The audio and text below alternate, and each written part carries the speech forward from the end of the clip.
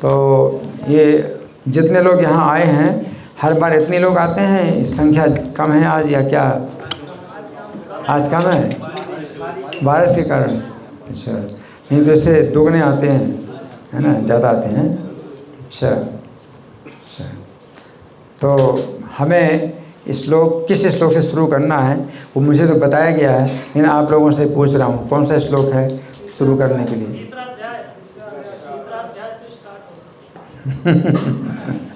तीसरा अध्याय। तो और कोई तीसरे अध्याय से स्टार्ट करना है या कुछ और किसी को कैसे है?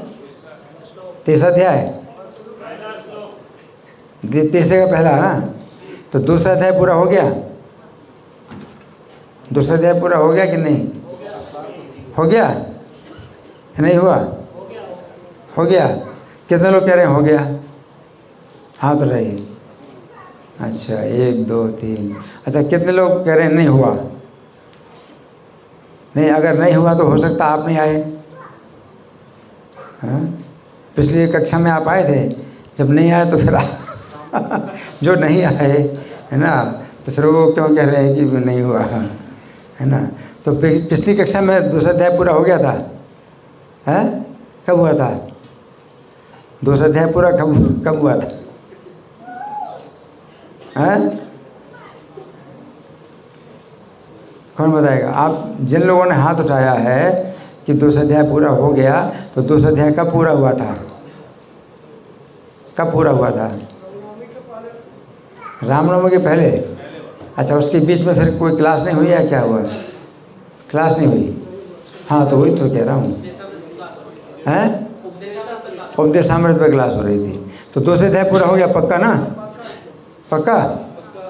अच्छा, तो मुझे तो दूसरे अध्याय का 58वां श्लोक से कहा गया था शुरू करने के लिए, तो फिर मैं तीसरा अध्याय शुरू करूं?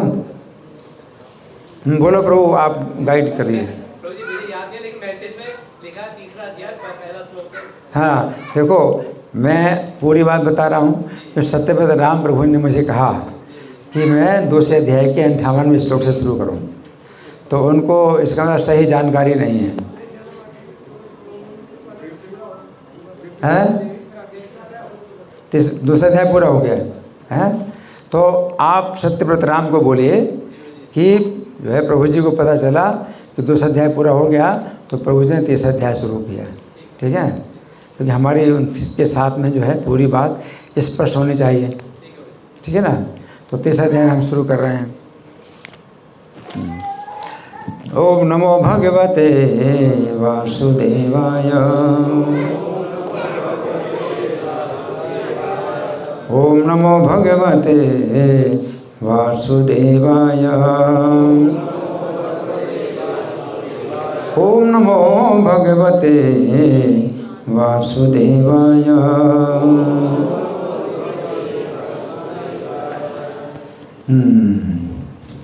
तो पहला श्लोक है, मेरे पीछे बोलिए। अर्जुन वाच ज्यायसी चेत कर्मणस्ते मता बुद्धिर्जनार्दन तत्किं कर्मणि घोरे मां नियोजयसि केशव। अच्छा, इसको हम दोबारा बोल रहे हैं। अर्जुन वाच जायसी चेत कर्मणस्ते मता बुद्धिर्जनार्दन तत्किं कर्मणि घोरे मां नियोजयसि केशव। अनुवाद मेरे पीछे बोलिए। अर्जुन ने कहा, हे जनार्दन, हे केशव, यदि आप बुद्धि को सकाम कर्म से श्रेष्ठ समझते हैं तो फिर आप मुझे इस घोर युद्ध में क्यों लगाना चाहते हैं? तो यहाँ जो तीसरा अध्याय है, तो ये अर्जुन के प्रश्न से शुरू हो रहा है ना? तो दूसरे अध्याय में अर्जुन ने प्रश्न किया था, तो श्लोक संख्या 54 श्लोक संख्या 54 में अर्जुन ने प्रश्न किया था और अर्जुन के प्रश्न का उत्तर दिया भगवान ने इस श्लोक संख्या 55 से लेकर के 72 तक, है ना। इतने श्लोकों में अर्जुन के प्रश्न का उत्तर दिया, है ना। तो उसमें अर्जुन ने प्रश्न किया था कि जिसकी बुद्धि स्थिर है तो वो कैसे उठता है, कैसे बोलता है, कैसे चलता है। जिसकी बुद्धि स्थिर है वो कैसे उठता है, कैसे बोलता है, कैसे चलता है ना। तो भगवान ने इन सब बातों का उत्तर दिया है। तो इन सब बातों का जो उत्तर दिया भगवान ने, तो उसमें भगवान ने इस बात पर जो है जरा भी प्रकाश नहीं डाला कि अर्जुन को युद्ध करना चाहिए।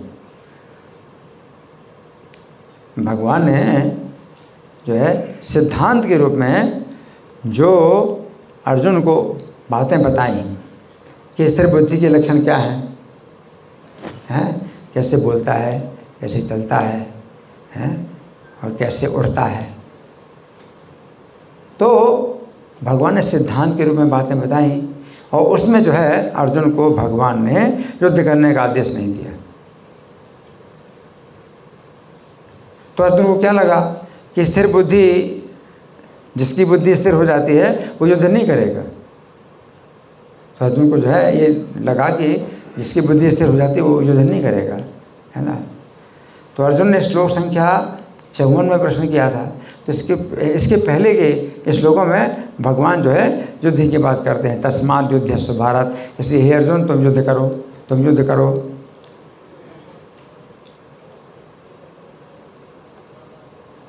तो फिर जो है अर्जुन को लगा कि स्थिर बुद्धि, जिसकी बुद्धि स्थिर है तो वो जो है युद्ध नहीं करता। तो अब इस श्लोक में अर्जुन जो है यही प्रश्न उठा रहे हैं, क्योंकि अर्जुन सच्चे हृदय से समझना चाहते हैं, जो भगवान के उपदेश को सच्चे हृदय से समझना चाहते हैं, इसलिए प्रश्न कर रहे हैं। इसलिए प्रश्न का जो है बड़ा महत्व है कि जो जिज्ञासु होता है, जो जिज्ञासु श्रोता होता है, जो तत्व को जानना चाहता है और अपने मन के संशय को दूर करना चाहता है, तो वो प्रश्न करता है। आजकल के जो कई ऐसे तथाकथित गुरु हैं उपदेश करते हैं लेकिन प्रश्न को अवसर नहीं देते। आजकल के बहुत से तथाकथित गुरु हैं, है ना, स्वनिर्मित गुरु, वो खुद ही गुरु बन गए, उन्हें किसी ने गुरु नहीं बनाया, खुद गुरु बन गए, है ना। तो वो जब प्रवचन देते हैं, उपदेश देते हैं, तो प्रश्नों को अवसर नहीं देते हैं और कोई अगर प्रश्न करे तो उसको निराश करते हैं कि तुमको प्रश्न नहीं करना चाहिए, तुम्हारी हिम्मत कैसे हुई प्रश्न करने की, प्रवचन में प्रश्न करना ही नहीं चाहिए, है ना। तो इस तरह के प्रवचन हो रहे हैं, जहाँ देखो वहीं, चाहे व्यक्तिगत प्रवचन हो, चाहे सार्वजनिक प्रवचन हो, लेकिन प्रश्नों को जो है कभी भी अवसर नहीं देते, प्रोत्साहन नहीं देते। और प्रभुपाद जो है भगवत गीता की विधि के अनुसार जब प्रवचन देते थे, तो चाहे व्यक्तिगत रूप से प्रवचन दें और चाहे सार्वजनिक प्रवचन दें, हमेशा प्रश्नों को निमंत्रित करते हैं, प्रश्नों को निमंत्रित करते हैं प्रभुपाद, यानी स्वागत करते हैं, प्रश्न का स्वागत करते हैं, है ना। क्यों प्रश्न का स्वागत करते हैं? कि प्रश्न के द्वारा जो है कोई व्यक्ति जो है गहराई से समझ सकता है किसी बात को, है ना। और एक व्यक्ति प्रश्न करता है तो उससे 3 प्रकार के लोगों को लाभ होता है। आप इतने लोग जो बैठे हुए हैं, आप में से कोई एक प्रश्न करेगा मुझसे, तो इसमें 3 प्रकार के लोग लाभान्वित होते हैं। पहला तो वक्ता पवित्र हो जाता है। श्रोता ने प्रश्न किया तो सबसे पहले तो पवित्र कौन होता है? वक्ता पवित्र होता है। प्रश्न आपने मुझसे प्रश्न किया तो मैं पहले पवित्र होता हूँ। ये प्रश्न पवित्र करता है पहले वक्ता को, फिर प्रश्न करने वालों को भी पवित्र करता है और फिर जितने सुनने वाले उनको भी पवित्र करता है। वासुदेव कथा प्रश्न पुरुषान त्रीन पुनाति ही वक्तारम पृथ्वगम श्रोत्रन तत्पाद सलिलम यथा। तो भगवान की कथा में प्रश्न है, प्रवचन में जो है भगवान के संदेश में अगर प्रश्न किया जाता है तो वक्ता पवित्र होता है, श्रोता पवित्र होता है, और बाकी जितने श्रोता हैं, क्योंकि सबको तो प्रश्न करने का अवसर नहीं दिया जा सकता, इतना समय भी नहीं है कि हर व्यक्ति प्रश्न करे। तो एक व्यक्ति प्रश्न करता है तो सबको लाभ होता है ना। इसलिए ये भी विधि नहीं है कि भाई हर व्यक्ति को प्रश्न करना पड़ेगा, ये भी विधि नहीं कि हर व्यक्ति को प्रश्न करना पड़ेगा, ऐसा भी नहीं है, है ना। ठीक है, एक या दो जो है प्रश्न होते हैं अगर प्रवचन में तो उससे सबको लाभ होता है ना। इसलिए प्रश्न का जो है क्या है महत्व है, और प्रश्न का जो है स्वागत किया जाता है। कोई प्रश्न करता है तो उसकी प्रशंसा, उसके लिए प्रशंसा की बात है कि उसने प्रश्न किया। लेकिन प्रश्न करना है तो इस प्रकार से प्रश्न करना है जैसे अर्जुन प्रश्न कर रहे हैं, अर्जुन प्रश्न कर रहे हैं, है ना। तो प्रश्न इस तरह से करना है कि आप चुनौती के भाव में प्रश्न नहीं करेंगे, हैं कि देखता हूँ तो आप कैसे उत्तर देते हैं मेरा, मैं आपसे प्रश्न करूँगा, देखता हूँ आप कैसे उत्तर देते। तो इस चुनौती की भावना में प्रश्न नहीं करना है ना। प्रश्न करना है जिज्ञासा की भावना में, है ना। तद्विधि प्रणिपातेन परिप्रश्न सेवया, गीता 4 अध्याय का 34वां श्लोक है कि इस आध्यात्मिक ज्ञान को आपको अगर प्राप्त करना है तो प्रणाम करो और प्रश्न करो और सेवा करो। तो प्रश्न करना है, इस भाव से प्रश्न करना है कि आप जानना चाहते हैं और जिससे आप प्रश्न कर रहे हैं वो आपको उत्तर दे सकता है और आपके संदेह को दूर कर सकता है ना। तो प्रश्न करने की विधि ये नहीं है कि मैं आपसे प्रश्न कर रहा हूँ कि आप उत्तर ना दे पाएँ और मैं आपको जो है लज्जित कर रहा हूँ, इसलिए ये तरीका नहीं होता है। प्रश्न करने का तरीका ये होता है कि मेरे मन में जो संदेह है वो जो है दूर हो जाए, और जो मैं प्रश्न कर रहा हूँ क्योंकि मैं समझ नहीं पा रहा हूँ और मैं समझना चाहता हूँ, और जो व्यक्ति सुनाने वाला है वो मुझे समझा सकता है। तो अर्जुन जो है यहाँ प्रश्न कर रहे हैं तो भगवान से जो है इस भावना में प्रश्न कर रहे हैं कि मेरे अज्ञान को आप दूर करिए, है ना। तो अर्जुन जो है अपने अज्ञान को जो है स्वीकार करते हुए, है ना, भगवान से प्रश्न कर रहे हैं। तो क्या प्रश्न कर रहे हैं, ज्यासी चेत कर्मणस्ते मता बुद्धिर जनार्दन। हे जनार्दन, यदि आपके मत में कर्म की तुलना में बुद्धि श्रेष्ठ है, तो स्थिर बुद्धि के लक्षण जो भगवान ने बतलाए थे तो उसमें अर्जुन को ऐसा लगा कि वो कर्म करता ही नहीं कुछ, वो कर्म करता ही नहीं कुछ, है ना। तो अर्जुन को ये लगा, है ना। तो अर्जुन कहते हैं कि हे जनार्दन, यदि आप बुद्धि की तुलना में अगर आप नहीं, यदि आप कर्म की तुलना में, है ना, यदि आप बुद्धि को श्रेष्ठ मानते हैं, तत्किम कर्मणि घोरे माम नियोज्यसि केशव। इसलिए हे केशव, आप मुझे इस घोर कर्म में फिर क्यों लगा रहे हैं। एक तो कर्म ही नहीं करना चाहिए, जिसकी बुद्धि स्थिर है तो कर्म ही नहीं करता, है ना। तो कर्म ही नहीं करता, और यहाँ तो आप कर्म में नहीं लगा रहे बल्कि घोर कर्म में लगा रहे हैं, तो बहुत ज़्यादा हैं, ये उल्टी बात हो गई। जो जिसकी बुद्धि स्थिर होती है तो किसी प्रकार के कर्म ही नहीं करता, है। और आप कर्म में नहीं लगा रहे मुझको, बल्कि किस कर्म में लगा रहे, घोर कर्म में लगा रहे हैं। तत्किम कर्मणि घोरे माम नियोज्यसि केशव। हे केशव, आप मुझको वैसे घोर कर्म में क्यों लगा रहे हैं, है ना। फिर, है ना, तो हम सुनेंगे प्रभुपाद तात्पर्य में क्या लिखते हैं। श्रील प्रभुपाद की जय।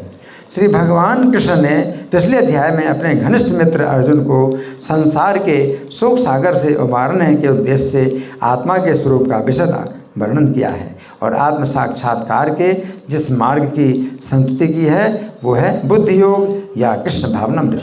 कभी कभी कृष्ण भावनामृत को भूल से जड़ता समझ लिया जाता है ना। तो भगवान ने जो है श्लोक संख्या 35, दूसरे अध्याय के श्लोक संख्या 35 से 72 तक जितने श्लोक बोले हैं तो उनमें जो है ऐसा लगता है कि वो जिसकी बुद्धि इस तरह वो जो है मतलब शांत रहता है, उसके अंदर कोई ममता नहीं रहती, उसके अंदर अहंकार नहीं रहता है, उसको शांति प्राप्त करता है ना, वो ब्राह्मी स्थिति प्राप्त करता है, उसको प्राप्त करके वो ये मोहित नहीं होता है और इसी स्थिति में अंत काल में भी जो है वो ब्रह्म निर्वाण प्राप्त कर लेता है। तो इस तरह से जो है भगवान ने जितने श्लोक बोले तो उनमें कर्म करते हुए उसकी बुद्धि की ऐसी स्थिति भगवान बता रहे हैं। लेकिन चूँकि भगवान ने कर्म करते हुए इस बात का जिक्र नहीं किया तो अर्जुन को लगा कि कर्म नहीं करता वो, है ना। तो इसलिए कई बार आध्यात्मिक ज्ञान को समझने के लिए आपको प्रश्न करने की आवश्यकता है और बहुत आवश्यकता है ना। तो यहाँ प्रभुपाद लिख रहे हैं कि कभी कभी कृष्ण भावनामृत को भूल से जड़ता समझ लिया जाता है। मतलब कि अगर कृष्ण का भजन करूँगा मैं तो फिर मुझे कोई काम नहीं करना, फिर तो एकांत में कृष्ण का भजन करना है। तो ये जो सामान्य विचार जो है ये इस तरह का बना रहता है लोगों के अंदर कि अगर हम कृष्ण का भजन करते हैं तो हम कोई काम नहीं करते। लेकिन आप सोचिए कि प्रभुपाद ने कितना काम किया है, कृष्ण भावना तो फैलाने के लिए कितना काम किया। तो कोई व्यक्ति जो है अगर भजन करता है कृष्ण का, निर्जन भजन करता है, एकांत के साथ भजन करता है ना, तो वो बहुत अच्छा है, अपना कल्याण कर रहा है। लेकिन उससे अच्छा वो व्यक्ति जो प्रचार कर रहा है, कृष्ण भावना का प्रचार कर रहा है, तो उसका और ज़्यादा महत्व है ना। और आप जो है अगर कृष्ण का भजन कर रहे हैं और दूसरों को देखते हैं कि ये जो है कृष्ण का भजन नहीं कर रहे हैं, तो ये एक प्रकार से जहर खा रहे हैं, तो कैसे आप चुप रहेंगे और उसको आप कृष्ण भजन का उपदेश नहीं देंगे। अगर आप कृष्ण का भजन कर रहे हैं और आपके ही साथ बैठा हुआ व्यक्ति है वो जो है कृष्ण का भजन नहीं कर रहा है और दुनिया भर की जो है बातों में फंसा हुआ है, तो आपको कैसा लगेगा, आपको कैसा लगेगा कि अगर मैं जो है कृष्ण का भजन करके अपना कल्याण कर रहा हूँ तो इसको क्यों ना उपदेश दूँ, है ना। तो इसलिए कृष्ण का भजन करने वाला व्यक्ति ऐसे नहीं रह सकता कि ठीक है मैं तो कृष्ण भजन करके अपना कल्याण कर रहा हूँ और ये जो है नरक में जा रहा है तो ये जाए।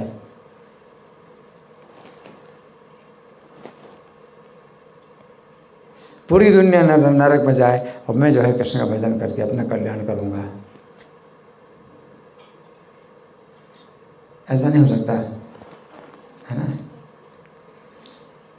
क्योंकि कृष्ण का भजन करने वाला व्यक्ति जो है अपने हृदय के अंदर जब शुद्धिकरण होता है, उसके हृदय की शुद्धिकरण होता है तो फिर वो ऐसे नहीं सोच सकता कभी भी कि ये जो है नरक में जाएं, ये सब नरक में जाएं, ये नरक में जाएं, ये नरक में जाएं, मैं कृष्ण का भजन कर रहा हूँ और बाकी सबको नरक में जाने दो, इनको मैं नहीं बताऊँगा, मैं इनको नहीं बताऊँगा कुछ भी कृष्ण का भजन, इनको नहीं सिखाऊँगा।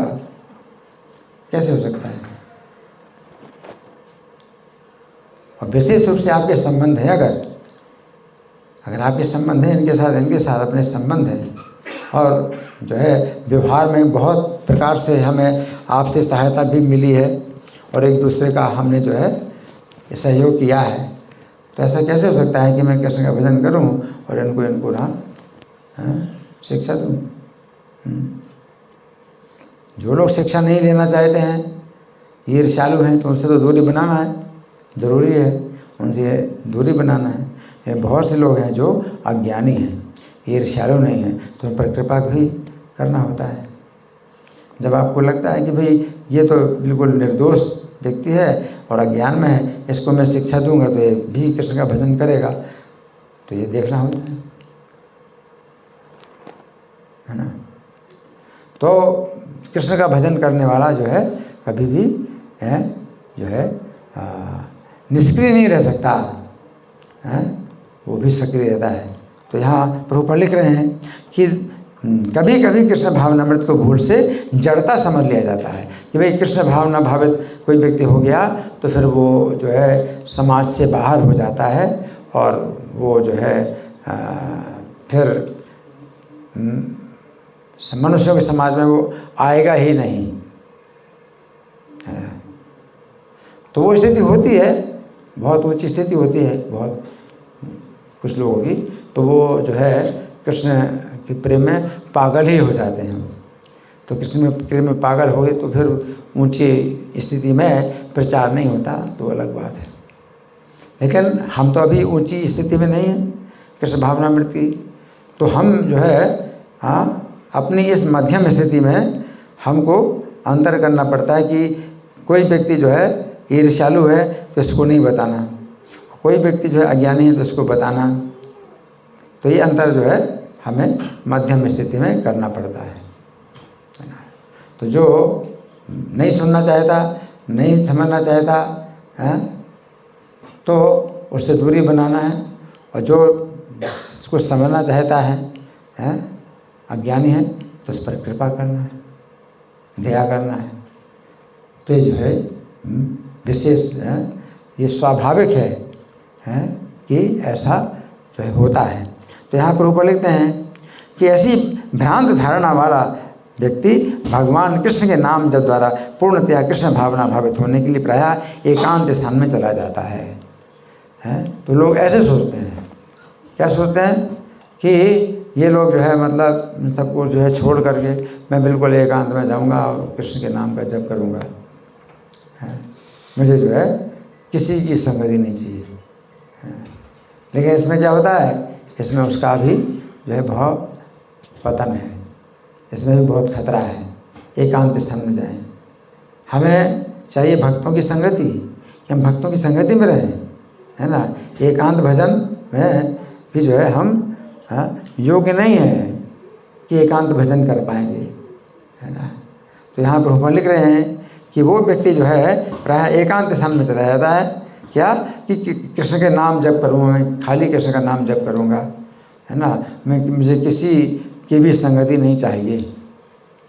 तो ये अपने आप में बहुत बड़ा अपराध है, क्योंकि जो कृष्ण के प्रेमी हैं, कृष्ण के नाम के जप में लगे हुए हैं, तो आप उनके जो है अनुगत्य में आप जो है नाम जप करोगे और उनकी सेवा करोगे तो आप जो है सुरक्षित रहोगे,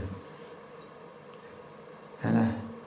लेकिन उन भक्तों जो आपसे आगे हैं भक्ति में, तो उनको आप जो है छोड़ करके आप चाहते हैं कि एकांत में मैं भजन करूँगा, है ना, तो आप उनके सिर पर पैर रख रहे हैं, है ना। तो यहाँ प्रभुपाद लिख रहे हैं किंतु कृष्ण भावनामृत दर्शन में प्रशिक्षित हुए बिना एकांत स्थान में कृष्ण नाम जप करना ठीक नहीं है। इससे अबोध जनता से केवल सस्ती प्रशंसा प्राप्त हो सकेगी।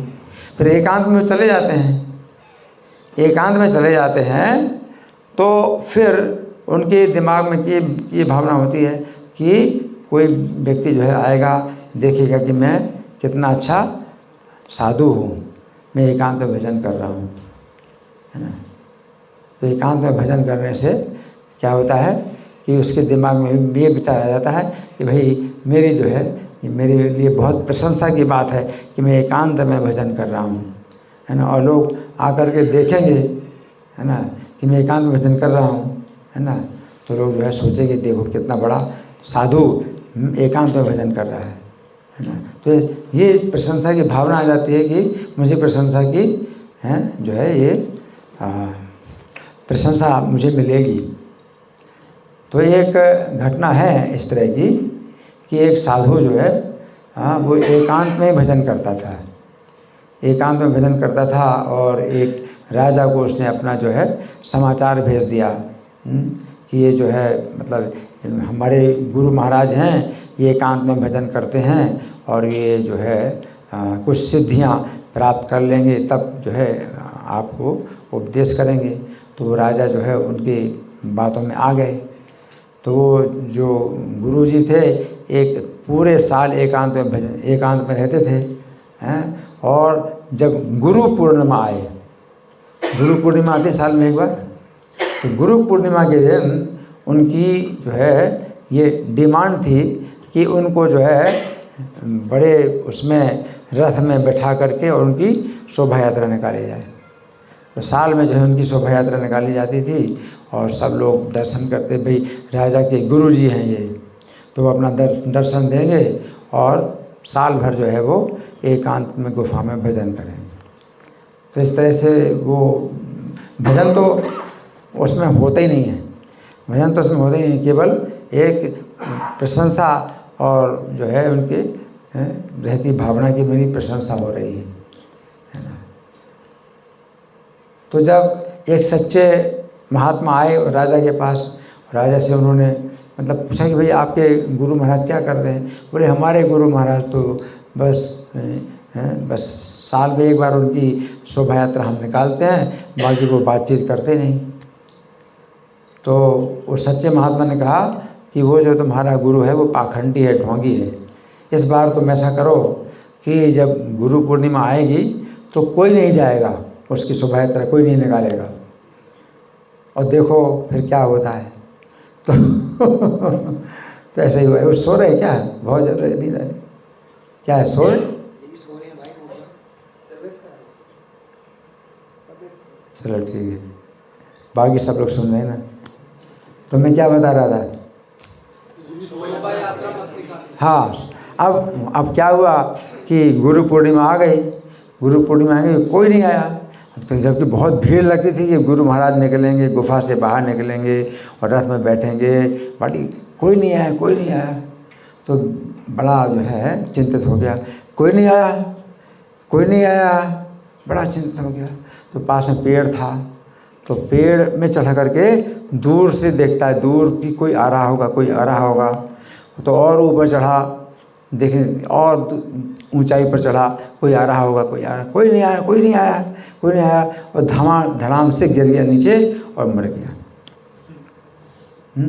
तो सच्चे महात्मा जी उन्होंने राजा से कहा कि ये जो है गुरु इसी प्रशंसा के बल पर ही जिंदा रहता था कि साल में एक बार इसकी शोभा यात्रा निकाली जाएगी, इसका जो है बड़ा जो है सम्मान होगा, इसी सम्मान के बल पर ही जीवित था ये। तो यह एकांत भजन का मतलब है। तो एकांत भजन है जो है, ये जो कच्चे लोग होते हैं भजन में, वो एकांत भजन है उनके लिए खतरनाक है ना। तो यहाँ पर प्रभुपाद लिख रहे हैं कि एकांत स्थान में कृष्ण नाम जप करना ठीक नहीं है, इससे अबोध जनता से केवल सस्ती प्रशंसा प्राप्त हो सकेगी। अबोध जनता को तो ज़्यादा समझ आता नहीं, वो क्या कहेंगे, अरे ये कितने बड़े पहुँचे हुए महात्मा हैं, बिल्कुल एकांत में रहते हैं, किसी से बात नहीं करते, बिल्कुल बहुत बड़े महात्मा हैं। आप कोई उद्देश्य नहीं कर रहे हैं, है ना। तो ऐसे बहुत लोग होते हैं जो मौन धारण कर लेते हैं। हाँ, ओहो ये महाराज जी जो है 12 साल से मौन धारण किए हुए हैं।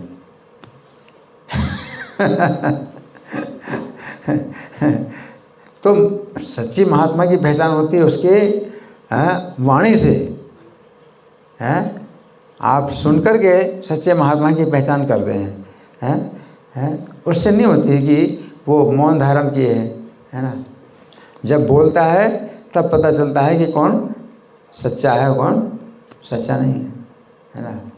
तो वह जो है सस्ती प्रशंसा प्राप्त करने के लिए मौन धारण कर लेते हैं। जबकि उपदेश अगर करना आए तो उपदेश करो, है ना, और सब लोगों को कृष्ण भावना भावित बनाओ, है ना। तो एकांत में भजन करना या मौन धारण करना वो भी एक ही चीज़ है। आप समाज के बीच में आप मौन धारण करते हैं, है ना, तो ये भी जो है एक प्रकार से एक तरीका सस्ती प्रशंसा प्राप्त करने का है। अबोध जनता से सस्ती प्रशंसा प्राप्त होगी। ये सामान्य लोग यही सोचते हैं कि भाई ये मौन धारण करते हैं तो बहुत बड़े महात्मा हैं, बोलते ही नहीं हैं, या फिर कहीं भाई एकांत में रहते हैं तो ये बहुत बड़े महात्मा हैं। तो अबोध जनता से सस्ती प्रशंसा प्राप्त होगी, लेकिन जो ज़्यादा बुद्धिमान होगा वो समझ लेगा कि ये आदमी पक्का बदमाश है ना, जो पहुँचे हुए अनुभवी महात्मा होते हैं वो समझ लेते हैं कि ये आदमी पक्का बदमाश है ना। तो यहाँ प्रभु लिख रहे हैं कि अर्जुन को भी कृष्ण भावनामृत या बुद्धि योग ऐसा लगा मानो वो सक्रिय जीवन से संन्यास लेकर एकांत स्थान में तपस्या का अभ्यास हो। दूसरे शब्दों में वे कृष्ण भावनामृत को बहाना बनाकर चातुर्यपूर्वक युद्ध से जी छुड़ाना चाहते थे, है ना। तो अर्जुन को भी ऐसे लगा, अर्जुन को क्या लगा कि देखो मैं अगर युद्ध करूँगा तो मेरे लिए बड़ी निंदा की बात होगी कि मैं ये जो है राज्य प्राप्त करने के लिए मैं युद्ध कर रहा हूँ। तो अर्जुन को भी यही लग रहा था कि हम राज्य प्राप्त करने युद्ध कर रहे हैं, है ना। तो हमारा इसमें कोई जो है अच्छा गुण ये नहीं है कि हम अपने राज्य प्राप्त करने के लिए, राज्य और सुख प्राप्त करने के लिए हम युद्ध कर रहे हैं। उससे अच्छा ये है कि छोड़ दो सब राज्य, अगर वो हमें नहीं देना चाहते हैं तो छोड़ दो। तो हमारा गुण इसी में है कि हम क्या करें, एकांत में जाके तपस्या करें। तो वही जो है ज़्यादा प्रशंसा की बात है। इसमें तो हमारे लिए निंदा की बात है। अर्जुन सोच रहे हम युद्ध करेंगे अगर तो हमारे लिए निंदा की बात है कि हमें जो है उसी तरह जमीन के लिए झगड़ा कर रहे हैं जैसे कुत्ते रोटी के लिए झगड़ा करते हैं। तो हमारा जो है ये युद्ध करना ये जो है क्या है, निंदा की बात है। और प्रशंसा की बात इसी में होगी कि हम युद्ध ना करें, है ना। तो प्रभुपाद ये बता रहे हैं कि अर्जुन ऐसा सोच रहे हैं कि हम अगर कृष्ण का भजन करेंगे और जो है छोड़ देंगे सब राज्य का चक्कर, हमें राज्य नहीं करना, है ना, हमें विजय नहीं प्राप्त करना, हमें धन नहीं प्राप्त करना, हम जो है भजन करेंगे। तो अर्जुन ऐसा सोच रहे हैं, है ना, आगे। किंतु एक निष्ठ शिष्य होने के नाते उन्होंने ये बात अपने गुरु के समक्ष रखी। तो एक निष्ठ शिष्य हैं, मतलब प्रभु अर्जुन जो है एक निष्ठ शिष्य हैं श्री कृष्ण के, मतलब गुरु निष्ठ हैं। उनके गुरु में निष्ठा है, यानी भगवान कृष्ण में उनकी पूरी निष्ठा है कि कृष्ण मुझे कुछ उपदेश दे रहे हैं तो मैं उसी के अनुसार चलूँगा, लेकिन समझना तो पड़ेगा कि कृष्ण क्या कह रहे हैं। तो अर्जुन जो है अर्जुन ने ये बात अपने गुरु के समक्ष रखी और कृष्ण से सर्वोत्तम कार्य विधि के विषय में प्रश्न किया। उत्तर में भगवान ने तृतीय अध्याय में कर्म योग अर्थात कृष्ण भावना भावित कर्म की विस्तृत व्याख्या की। तो ये जो है मतलब अर्जुन का भाव है ना।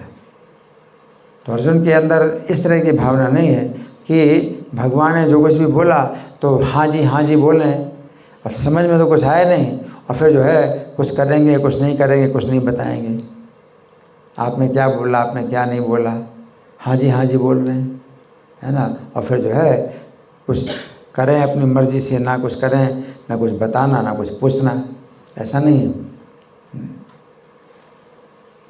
अगर आपको जो है उपदेश दे लेना है, आपको शिक्षा प्राप्त करनी है, आपको सेवा करनी है, आदेश के अनुसार सेवा करनी है, तो जो भी आदेश हो उसके अनुसार आपको जो है समझना भी पड़ेगा कि आप क्या बोल रहे हैं और जो है उसका जो है कारण क्या है। तो अर्जुन जो है ये बातें जो भगवान से पूछ रहे हैं, तो इसमें प्रभुपाद जो है अर्जुन की प्रशंसा कर रहे हैं। अर्जुन की प्रशंसा कर रहे हैं कि एक निष्ठ शिष्य होने के नाते वो चाहते हैं कि भगवान है जो मुझे बता रहे हैं उसी में मेरा कल्याण है, लेकिन मुझे अच्छी प्रकार से समझ में आ जाए, मैं भी समझना चाहता हूँ। आगे श्लोक संख्या 2। अच्छा, तो 9:30 तो बजने वाला है, ठीक है। तो हाँ 8:30 बज गया, 8:30 बजने वाला है ना। और 9 बजे हमें समाप्त करना है। तो आधा घंटा अगर हम प्रश्नोत्तर करें तो उससे ज़्यादा अच्छा है कि काफ़ी जो है आप लोगों के जो है प्रश्न संदेह दूर होंगे। तो ज़्यादा अच्छा है कि हम आप प्रश्नोत्तर करें, ठीक है। तो आप लोगों की ओर से कोई प्रश्न है, कोई चर्चा, कोई मंथन, या मैं प्रश्न करूँ? जी।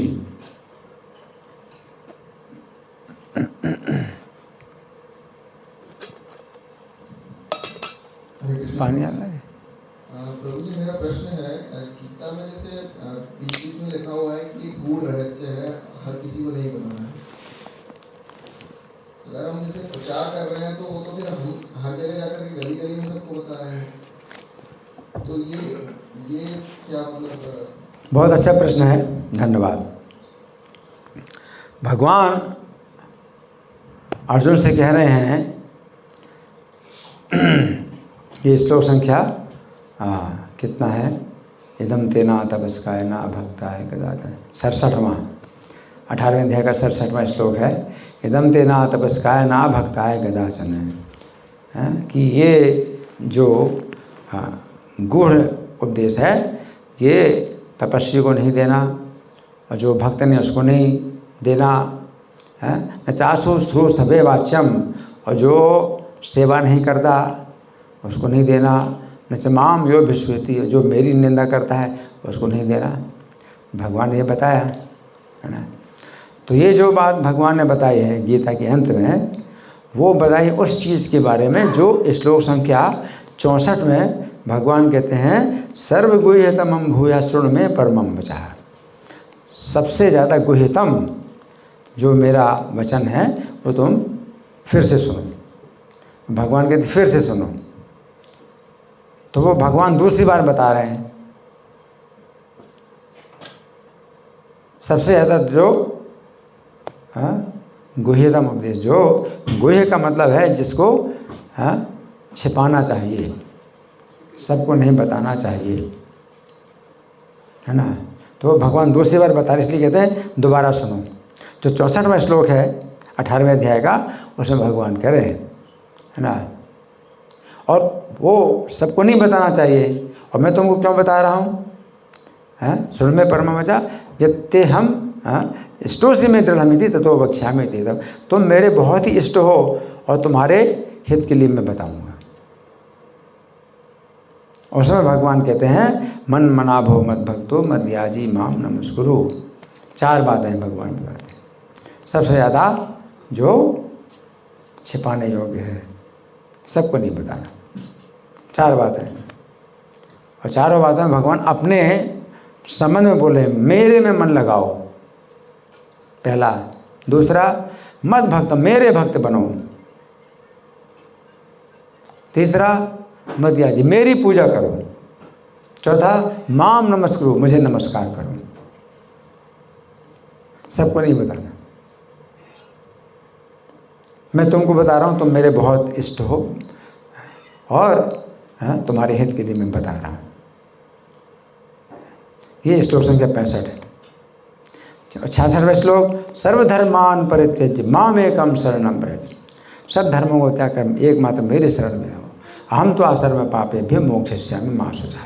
ये 66वां श्लोक। और 67वें श्लोक में भगवान ने कहा कि ये तपस्वी को नहीं बताना, भक्त को नहीं जो भक्त नहीं उसको नहीं बताना, जो तपस्वी नहीं है उसको नहीं बताना, जो भक्त नहीं उसको नहीं बताना, और जो सेवा शुश्रूषा नहीं करता उसको नहीं बताना, और जो मेरी निंदा करता उसको नहीं बताना। और 9वें अध्याय में भी भगवान अंतिम श्लोक यही बोलते हैं, 4 बातें। 9वें अध्याय के अंतिम श्लोक 34वें श्लोक में भगवान यही 4 बातें बोलते हैं। मन मना भव मद भक्तो मद्याजी माम नमस्कुरु, है ना।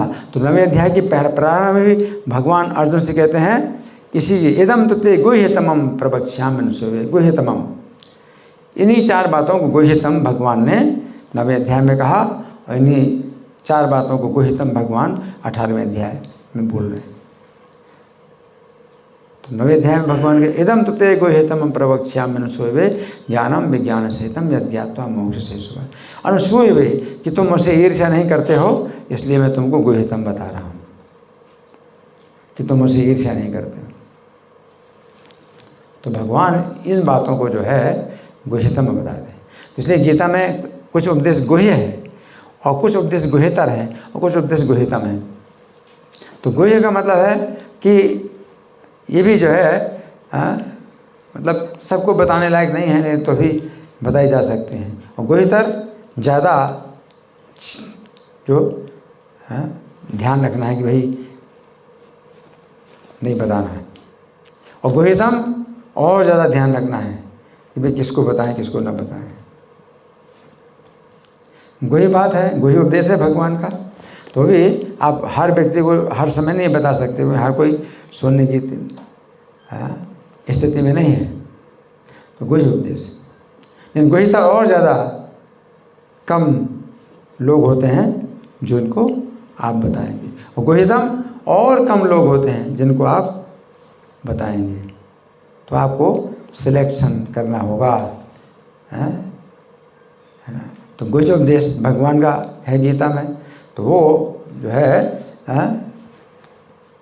किसी व्यक्ति को हम बता सकते हैं हम शरीर नहीं हैं, हम आत्मा हैं, है ना। तो हम किसी भी व्यक्ति को बता सकते हैं, लेकिन उसके लिए भी आवश्यकता है कि कुछ थोड़ा सा दिमाग हो, मनुष्य का जो है उसके पास दिमाग हो, ये हम शरीर नहीं हम आत्मा हैं।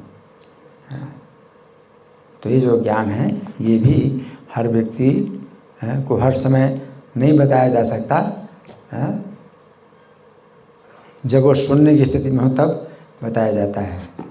तो ये ज्ञान जो है हम शरीर नहीं हम आत्मा है, इसको ब्रह्म ज्ञान कहते हैं। और गुह्यतर उपदेश क्या है? परमात्मा ज्ञान। परमात्मा ज्ञान क्या है? हृदय में परमात्मा है सबके। तो ये परमात्मा ज्ञान जो है गुह्यतर उपदेश है। इसलिए भगवान ने जो है श्लोक संख्या 18वें अध्याय का श्लोक संख्या 61 और 62, 61वें श्लोक है, ईश्वरा सर्वभूतानां हृदयेऽर्जुन तिष्ठति। ईश्वर सबके हृदय में स्थित है, ये गुह्यतर उपदेश है। सबके हृदय में ईश्वर स्थित है ना। और श्लोक संख्या 62 में भगवान के कहते हैं तमेव शरणम गच्छ, उसी ईश्वर की शरण में जाओ सब प्रकार से। ये गुह्यतर उपदेश।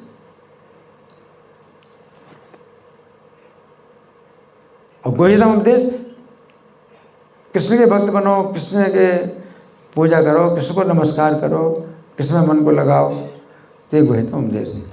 क्योंकि इसको समझने के लिए हर कोई तैयार नहीं है, ये कृष्ण कहाँ से इतने बड़े हो गए कि हम उनकी पूजा करें, हम उनको नमस्कार करें। कृष्ण कौन होते हैं ऐसा कहने वाले? तो कृष्ण को जो है सामान्य मनुष्य समझते हैं, तो उनको हम ये नहीं बता सकते। गुह्यतर उपदेश है कि भाई सबके हृदय में ईश्वर स्थित है, उन्हीं की शरण में जाओ। तो इसको जो है कई लोग मान ले, भाई ये आपकी बात मुझे जच रही है।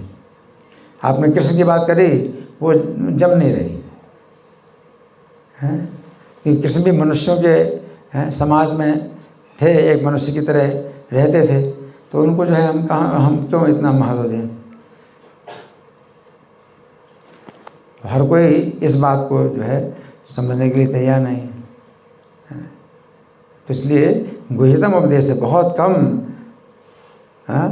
लोग हैं जिसमें जो कि ईर्ष्या नहीं करेंगे और स्वीकार कर लेंगे कि कृष्ण ही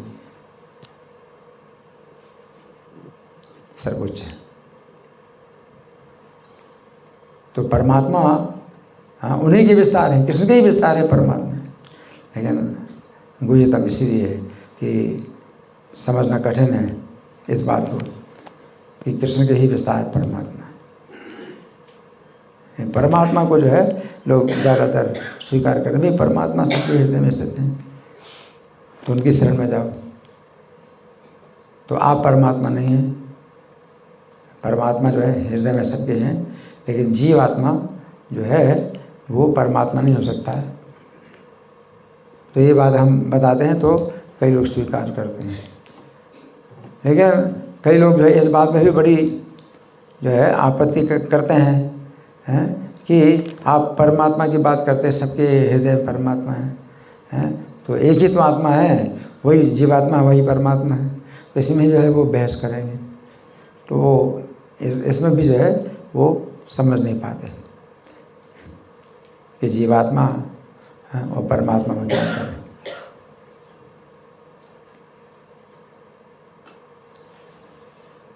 और गुह्य ज्ञान है वो और ज़्यादा लोगों को दिया जा सकता है कि हम शरीर नहीं हम आत्मा हैं।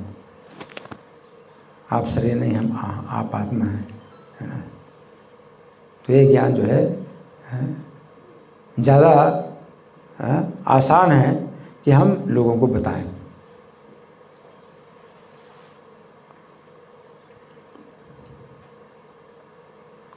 तो जब भगवान ने मतलब ये बात कही कि ये नहीं सबको बताना, तो भगवान जो है फिर ये बता देंगे, या इदम परमम गुह्यम मद भक्तेषु विधास्यति, ये मेरे भक्तों को बताना, ये परम गोपनीय ज्ञान मेरे परम भक्तों को जो बताएगा। भक्ति मयि पराम कृत्वा मामे वैश्यते संशया, तो मेरी पराभक्ति प्राप्त करके वो मुझे प्राप्त करेगा, इसमें कोई संदेह नहीं है। तो अब भक्त को अगर आप बताते हैं तो भक्त जो है उसको स्वीकार करता है, और आपके कहने से अगर वो भजन में लग गया, आपके कहने से अगर वो भजन में लग गया, तो आपकी जो है वैकुंठ में बुकिंग पहले से ही हो गई। जैसे सुनीति माता सुनीति माता ध्रुव बालक की माता हैं, और बालक ध्रुव को जो है अपने पिता उत्तानपाद से जो है स्नेह नहीं मिला। अपने पिता की गोद में चढ़ना चाहता था, लेकिन पिता ने उसको सहारा ही नहीं दिया गोद में चढ़ने के लिए। और पिता के जो है इस कि सौतेली माता बैठी है, ध्रुव की सौतेली माता बैठी सुरुचि, तो उसके जो है साथ में संकोच के कारण ध्रुव को उत्तानपाद ने सहारा नहीं दिया गोद में बैठने का। तो इसका फ़ायदा उठा के सुरुचि ने फिर बोला ध्रुव को कि नहीं नहीं, तुम नहीं बैठ सकते पिता की गोद में, मेरे जो है कुक्षी से जो जन्म लेता है वो पिता की गोद में बैठता है ना। तो सुनीति ने जो है ध्रुव महाराज की बातों को जब सुना कि ध्रुव मेरे पुत्र का जो है इस प्रकार से मेरी सौत ने अपमान किया, तो सुनीति ने ध्रुव को कहा कि बेटा तुम जो है भगवान का भजन करो, और वे जो है तुम्हें जो है सबसे ऊंचा स्थान दे सकते हैं, सबसे ऊंचा स्थान दे सकते हैं। तो ध्रुव ने कहा बेटा माता मैं कैसे करूं, उनकी प्राप्ति कैसे होगी। तो माता ने इतने कहा कि बेटा सब लोग जो है वन में जाते हैं, जितने बड़े बड़े ऋषि वन में जाते हैं उनको प्राप्त करने के लिए, तो तुम वन में जाओ। तो वन में चला गया, और फिर नारद जी वन में मिल गए, तो ध्रुव को फिर पूरी विधि बताई भजन करने की, है ना। लेकिन ध्रुव जो है अपनी माता के कहने पर जो है वो वन में गया, और वो जो है उसको भजन की विधि भी प्राप्त हो गई। और जब वैकुंठ में जा रहे हैं, विमान में बैठ करके वैकुंठ जा रहे हैं ध्रुव महाराज, तो उनको जो है एकदम से बड़ा जो है वो लगा, चिंता हुई कि मेरी माता ने तो मुझे जो उपदेश दिया था कि मैं भगवान का भजन करूं, तो मैं अपनी माता को छोड़ के जा रहा हूं वैकुंठ में, ये तो मेरा बड़ा अन्याय हो रहा है। तो उनके मन का जो है वो चिंता समझ करके जो विष्णु पार्षद बैठे हुए थे विमान में, जो लेके जा रहे थे ध्रुव महाराज को विमान में बैठा करके, तो ध्रुव महाराज की चिंता को समझ गए। तो ध्रुव महाराज को उन्होंने दिखाया सामने, देखो हमारे विमान से भी आगे एक विमान जा रहा है, देखो। तो ध्रुव महाराज देखा कि ध्रुव महाराज के विमान से आगे एक और विमान जा रहा है, उसमें उनकी माता बैठी है।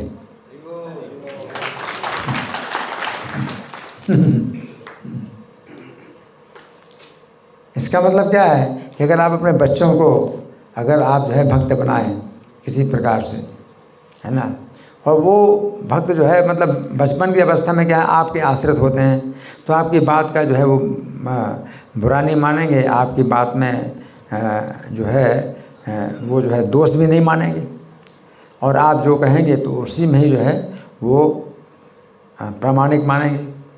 तो अगर आप उनको भगवान का भजन सिखाते हैं उस अवस्था में, तो एक प्रकार से वो स्थिति जो है आपकी वो हो गई कि आप किसी को भक्त बना रहे हैं।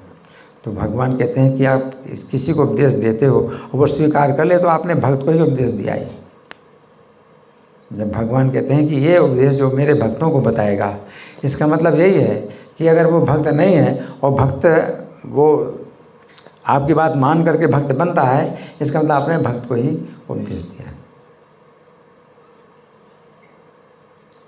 तो भगवान कहते हैं इस परम गोपनीय उपदेश को मेरे भक्तों को बताएगा, है ना। तो भक्त का मतलब यही है कि जो भक्त बनने के लिए तैयार हो, कि वो भक्त तो नहीं है लेकिन आप उसको भक्ति की शिक्षा देते हैं तो उसमें वो दोष नहीं मानता और वो स्वीकार कर लेता है, तो एक प्रकार से वो पहले से ही भक्त है और आपने उसको जो है भक्ति की दिशा दे दी। तो यही समझ में आता है कि भगवान कहते हो मेरे भक्तों को जो उपदेश देगा, तो भक्तों को उपदेश देने का मतलब यही है कि वो भक्त नहीं है लेकिन वो जो है इस बात में वो उसकी श्रद्धा हो गई। आपने कहा तो उसकी श्रद्धा हो गई।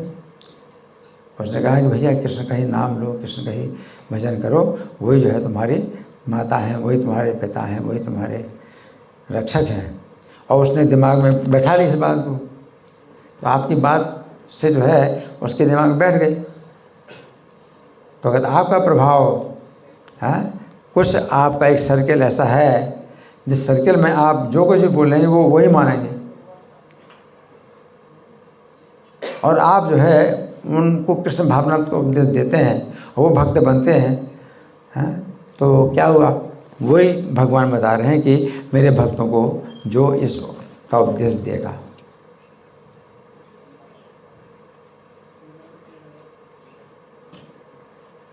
तो ऐसे में क्या होगा कि आपकी जो है आपको पराभक्ति प्राप्त हो जाएगी।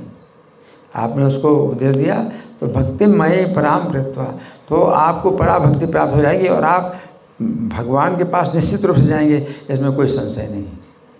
आपने उसको भगवान के ओर जाने का रास्ता बताया।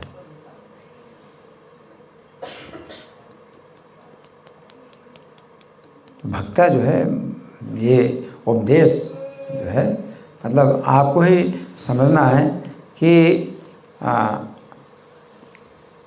किसी के प्रति, किसी के अंदर जो है आपके प्रति श्रद्धा है, आपके प्रति श्रद्धा है और आप जो कुछ कहेंगे वही जो है वो मानेगा। तो समझ लो आप उसको ये गीता का आप जो परम सर्वोच्च उपदेश देते हैं वो मान ले, तो क्या है, इसीलिए तो भगवान कह रहे कि मेरे भक्तों को बताए।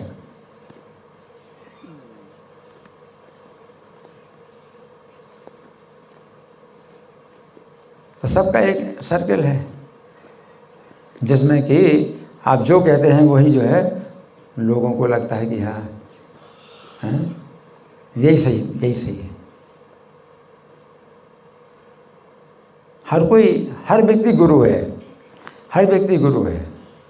उसका एक सर्कल है जिसमें कि उसकी बात को जो है सबसे जो है प्रामाणिक माना जाता है। तो आपके जो है एक सर्कल है, हर व्यक्ति का एक सर्कल है। वे लोग आपकी बात को ही मानेंगे और आप उनको अगर मनवा लेते हैं गीता की बात पर आप उनको चलाते हैं तो आपकी फिर गारंटी निश्चित है, आपकी बुकिंग हो चुकी वहाँ वैकुंठ में, फिर कुछ निश्चित नहीं है। पूरी तरह से निश्चित है, आपकी वहाँ पर बुकिंग निश्चित हो गई।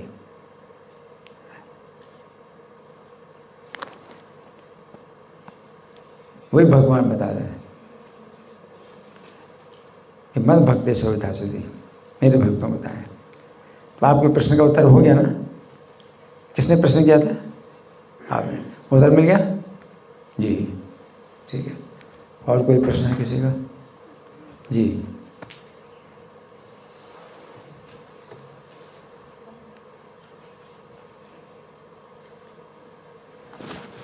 गुरुजी प्रणाम। मुझे क्षमा देना। मेरा क्वेश्चन ये है कि जैसे आपने एक छोटी सी कहानी बताई कि अकेले में वो गुरु पूर्णिमा वाली वो कथा बताई आपने, तो मेरा क्वेश्चन ये है कि हम जैसे गीता घर में अकेले में पढ़ते हैं, क्या वो उस उदाहरण से? हाँ, इनका प्रश्न अच्छा प्रश्न है कि अकेले में गीता पढ़ते हैं। नहीं, ये नहीं है।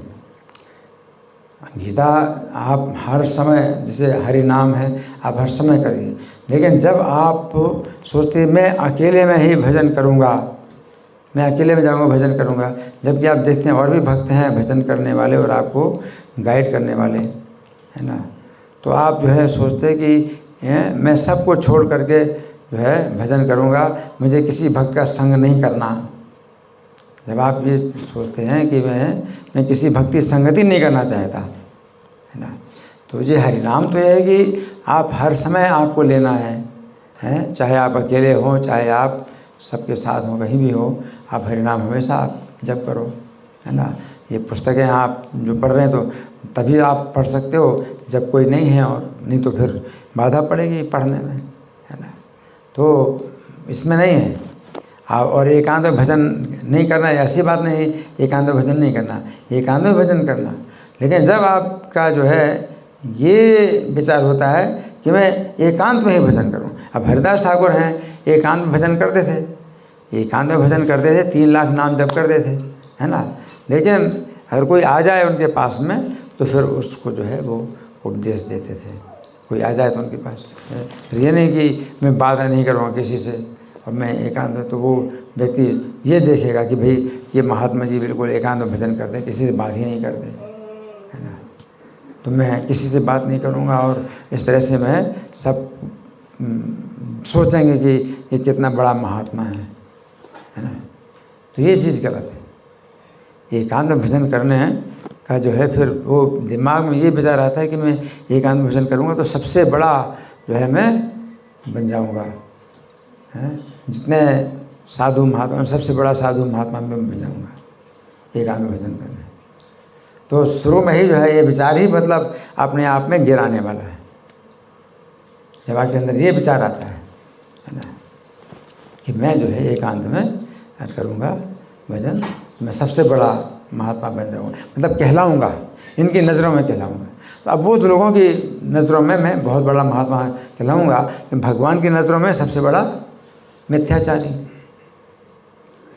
वो मिथ्याचारी भगवान कहते हैं गीता का 30 अध्याय श्लोक संख्या 6 है, कर्मेंद्रियाणि संयम्य आस्ते मनसे स्मरण इंद्रियार्थान विमूढ़ात्मा मिथ्याचारा सोचते।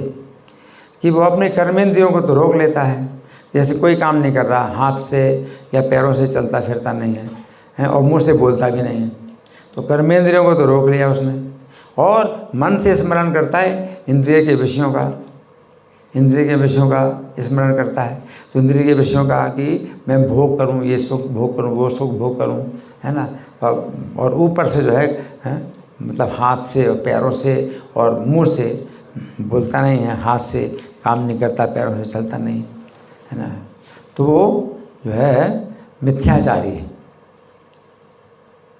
वो मिथ्याचारी है, वो केवल दिखा रहा है ना, कि मैं बहुत बड़ा महात्मा हूँ, है ना। तो मिथ्याचारी। तो आप अगर इस तरह से एकांत में भजन करना चाहते हैं केवल दिखावा करने के लिए कि मैं बहुत बड़ा महात्मा माना जाऊंगा, ये सब लोग जो है मुझे बहुत बड़ा महात्मा मानेंगे, तो ये जो है गलत विचार है, वो शुरू से ही गलत होता है। हरे कृष्ण जी।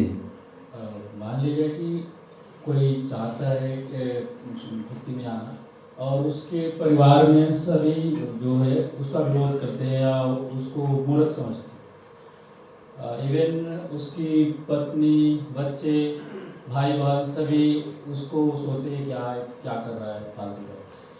तो उस कंडीशन में वो कैसे आगे बढ़े, और खुद भी वो पूरी तरह से सिद्ध नहीं है, सिद्ध मतलब उतनी तरह से उसकी भक्ति इतनी नहीं, देखिए हाँ ठीक है, विश्वास भी नहीं हो पा रहा है उसको, बहुत सारे संस्थाएं देख के भक्ति की वो खुद भी नहीं समझ पा रहा है कि मैं जिसमें जुड़ा हूँ ये मतलब सबसे। देखिए ऐसा है कि जो हृदय में भगवान हैं वो बैठे हुए हैं और आपके हृदय में भगवान जो है देख रहे हैं कि आप सच्चा रास्ता जानना चाहते हैं कि आप दुखों से छूटना चाहते हैं।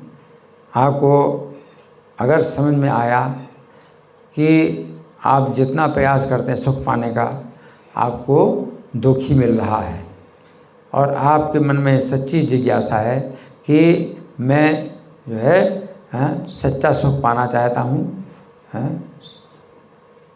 तो भगवान आपके हृदय में जो बैठे हैं वो आपको सच्चे साधु से मिला देते हैं। और आप अगर चाहते हैं अपने को धोखा देना कि मैं सबके जो है नज़रों में बहुत बड़ा बन जाऊं, बहुत बड़ा महात्मा बन जाऊं, या सबकी नज़रों में भगवान बन जाऊं, तो आप अपने को धोखा देना चाहते हैं तो एक धोखेबाज से मिला देते हैं भगवान। तो भगवान जो है सबके हृदय में बैठे हुए हैं, है ना। हम आपको बोलते हैं आप हरे कृष्ण का जाप करो, आप हरे कृष्ण मंत्र का जाप करो, और अपने विचार बहुत से गलत सलत भी हैं आप मन में आ रहे हैं, है ना, गलत सलत विचार आ रहे हैं, आप हरे कृष्ण मंत्र का जाप करो, केवल कानों से सुनो, तो ये आपकी चेतना को शुद्ध करेगा, आपकी चेतना को शुद्ध करेगा, है ना। रजोगुण में जब प्रभाव होता है, रजोगुण का प्रभाव होता है, तो आप सोचते हैं कि मुझे इंद्रिय तृप्ति मिले, मुझे मान सम्मान मिले, तो आप रजोगुणी विचार है। सतोगुण में आप आते हैं तो सतोगुण के विचार आते हैं कि आपको सच्चा रास्ता मिले और आप जो है जो झूठा सुख है से जो है आप जो है ऊपर उठ जाएं, झूठे सुख से जो है आप ऊपर उठ करके सच्चा सुख से प्राप्त हो, तो सतोगुणी विचार है। तो इस तरह से रजोगुण और तमोगुण सतोगुण ये तीनों गुण होते हैं, है ना। जो तमोगुण होता है तो वो जो है पहले से अपने को सोचता है कि मैं सर्वोच्च हूँ, है ना, और वो जो है डूबा रहता है इसी में, आलस में, निद्रा में, अज्ञान में डूबा रहता है। तो ये तीन गुण हैं। तो आप हरे कृष्ण मंत्र का जाप करिए, हरे कृष्ण मंत्र का जाप करिए, और आप जो है इसको कानों से सुनिए, तो इसी से जो है आपकी चेतना शुद्ध होगी। चेतना शुद्ध होगी तो आपके अंदर जिज्ञासा पैदा होगी कि सच्चा कल्याण का रास्ता कौन सा है ना। आप फिर सुनना चाहेंगे, जानना चाहेंगे शास्त्र में क्या लिखा है, हमारे कल्याण के लिए जो रास्ता है वो क्या है, तो आप सुनेंगे, आप जानेंगे, आप पुस्तक पढ़ेंगे, और पुस्तक मिलती भी है, कोई पुस्तक आपको दे देता है ना, कोई भक्त आपको मिल जाता है। जैसा कि कहा गया है कि केवल अपने बारे में सोचना गलत है, और एकांतवासी भक्ति के लिए मतलब ये सब दिखाना है कि मैं मतलब कि वो भी सही नहीं है। नहीं, एकांत देखिए, ये एकांतवास की जो इच्छा है वो सत्वगुण में भी हो सकती है, और रजोगुण में भी हो सकती है, और तमोगुण में भी होती है। एकांतवास जो है वही जो है रजोगुण में भी एकांतवास कोई व्यक्ति करता है कि भाई मैं सर्वोच्च बन जाऊं, और सत्वगुण में भी एकांतवास कोई व्यक्ति करता है, तो सत्वगुण में वो पूरी तरह से अपना मन भगवान में लगाता है। और सतयुग जो था, सतयुग में सब लोग जो है उसी दिशा में जाते थे, ध्यान करते थे, बिल्कुल एकांत। आप बिल्कुल अकेले में जाइए, और अकेले में भी एकांत में भी आप अकेले, दो व्यक्ति भी एक साथ नहीं। सत्वगुण में जो है कोई एक एकांत में वास करता है, और वो ध्यान और सच्चे ध्यान में लगे रहते हैं, तो सत्युग में होता है। लेकिन कलयुग में जो है वो विधि सफल नहीं होती एकांतवास की। कलयुग में हमको क्या चाहिए, हरि नाम, केवल हरि नाम के अलावा और कोई गति नहीं है ना। और हरि नाम की सिवा और कोई गति नहीं है कलयुग में, ये जो है बताया गया है। तो आप हरि नाम लीजिए, जितना भी आप हरि नाम लेंगे, आप उसी से आपको फिर और भक्तों की संगति मिलेगी। आप भक्तों की संगति में आएंगे और आपको और नियम बताए जाएंगे कि आप ये करो, वो करो, इस तरह से नियमों का पालन करो, ठीक है ना। नहीं करता कि क्या ये जैसे कहा था कि गलत चीज़ है, जैसे कि फैमिली के बंधन में बंध गया और उसकी फैमिली हो गई, पत्नी बच्चे हो गए, उसके बाद से वो कितना भी समझाने की कोशिश करे अपने फैमिली को नहीं, फिर देखिए ऐसा है कि जब छूटना होता है तो आसान नहीं छूटना, इस बंधन से आसान नहीं छूटना। और आप जितना आप छूटने की कोशिश करेंगे और बंधेंगे, ये जो है संभव नहीं है इस तरह से छूटना। अब इस्कॉन में जो भक्त लोग होते हैं तो जो है उनको भागना पड़ता है, ठीक है ना, उनको भागना ही पड़ता है। क्या ये सही है जैसे कि फैमिली बंधन में बंधा हुआ है और समझाने पर नहीं समझ रहा है तो उसको छोड़ के हट गया, तो क्या ये अभी देखिए इतनी जल्दी नहीं करना, इतनी जल्दी नहीं करना। रघुनाथ दास जो है चैतन्य महाप्रभु के साथ रहना चाहते थे, अपना घर छोड़ना चाहते थे। भगवान चैतन्य ने मतलब उनको आदेश दिया कि अभी समय नहीं है, अभी आप जो है घर में ही रहो और दिखावा करो। दिखावा करो, कैसा दिखावा करो? उन लोगों के बीच में ऐसी दिखावा करो कि आप उनकी तरह हो, और अंदर से आप जो है वो भावना विकसित करो कृष्ण की। तो उसमें एक उदाहरण दिया स्त्री का, तो स्त्री के लिए निंदा की बात है अगर वो अपने मन में किसी पराये पुरुष का चिंतन करती है और घर के काम काज करती है तो कोई शक नहीं करता कि वो उसके मन में दूसरी बात है। तो उसी प्रकार ये, लेकिन ये प्रशंसा की बात है कि आप जो उसी प्रकार से कृष्ण के विषय में सोचिए कि मैं कैसे कृष्ण के भक्तों का संग करूँगा, कब मुझे मौका मिलेगा कि मैं भक्तों की संगति में रहूँगा। लेकिन इन लोगों के बीच में आपको जो है वैसे ही दिखाना होगा जैसे ये लोग हैं, तो ये दिखावा करना पड़ता है। तो अभी समय नहीं आया आपका कि आप छोड़ दोगे, आपको दिखावा ही करना पड़ेगा। लेकिन फिर जब समय आएगा, ऐसा समय, वो एक मौका जब मिलेगा तो फिर आप छोड़ेंगे।